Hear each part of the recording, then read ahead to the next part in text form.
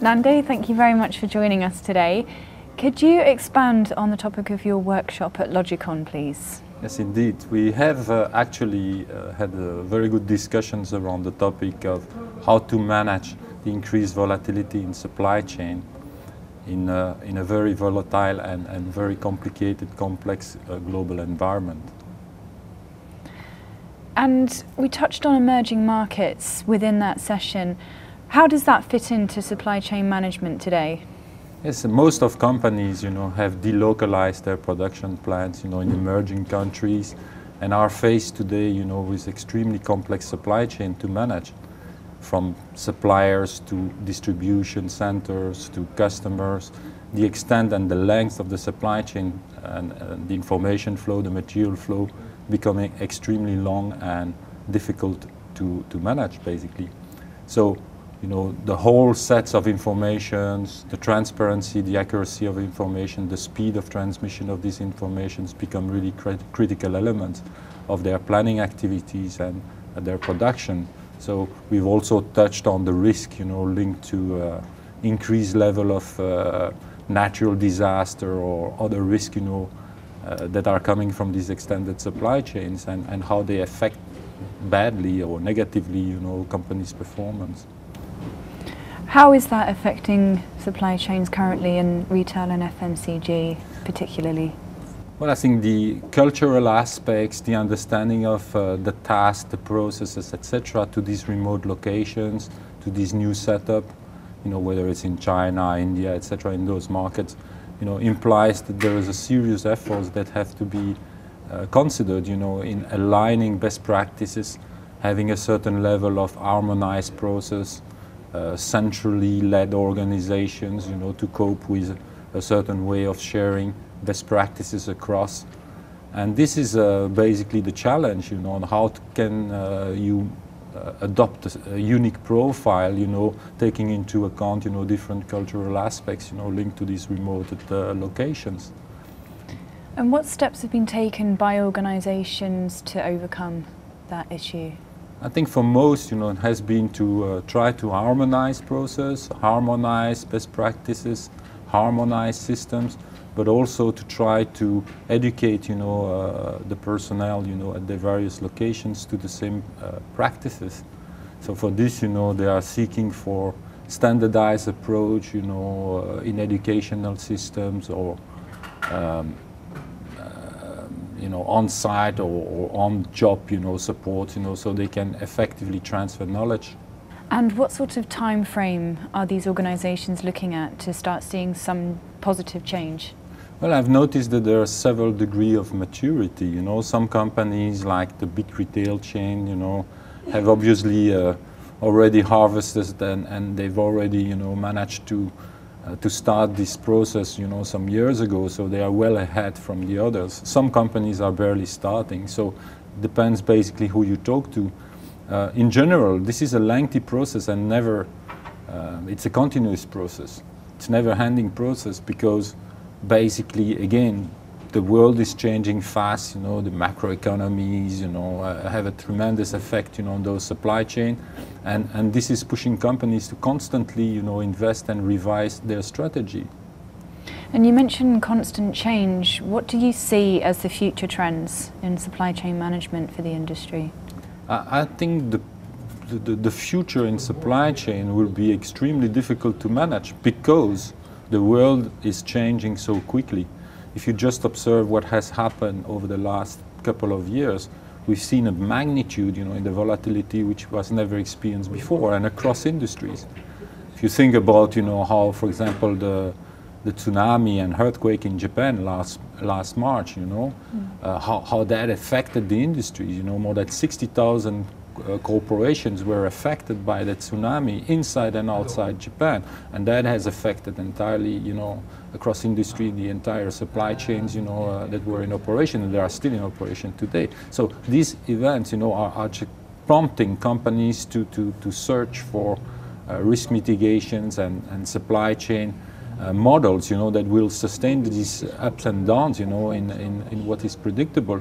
I think it will be amplified in the future. You will have more scenarios because of the the way these supply chains are designed, and as I mentioned earlier, the complexity, you know, of the geography, this problem will reoccur. Leading on from that, what role does risk assessment play in supply chain management strategy now? An increasing role, in the way that there is an awareness now. I think McKinsey has published a report that only 14% of board members, actually, across corporates, are aware of the risk, the inherent risk, you know, existing in their companies. And through all last year's events, you know, that we recorded, the tsunami, the Iceland volcano, the frozen roads, whatever, you know, those incidents, we've noticed that a lot of companies were not sufficiently prepared to cope with that because they didn't actually assess this risk properly. So what you see now, it's an increasing of conscience, you know, within companies to start to anticipate what sorts of risk could affect basically their supply chain. And this goes first from manufacturing, you know, what sorts of fallback plan can we have, what sorts of mitigation exercise could we have on those risks, and what sorts of existing plan, you know, we could put together and have ready if an occurrence, you know, happen, and if something, you know, happens suddenly. You can not predict disaster, of course, but you can already be prepared that if a disaster, for whatever magnitude or wherever it's coming from, that affects your supply chain happens, that you can have already a plan to deploy that will basically shorten the recovery or the resilience time.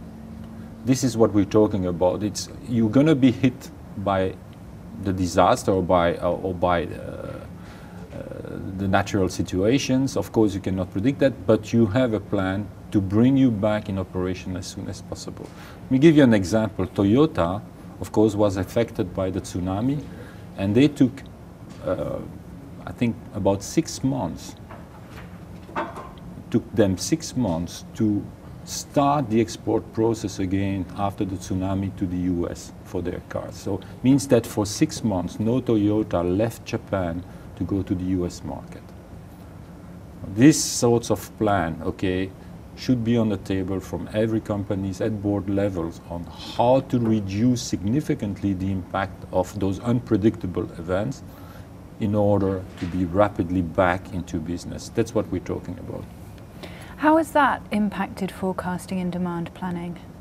Well, yes, this is actually in the core of the subject, because, you know, suddenly your demand predicted to be at a certain level historically, and through all the fancy tool you might have, is suddenly dropping drastically from whatever, you know, the level it was to zero, you know, and of course you need at that point in time the tools and the process in place, you know, to manage this demand and forecast this demand becomes obsolete, you know, and that's why you need to have a plan B basically, to bring your operation back on stream gradually, you know, from zero back to wherever it should be. And that is a process which is actually currently missing in many companies. They have not gone through proper supply chain risk assessment.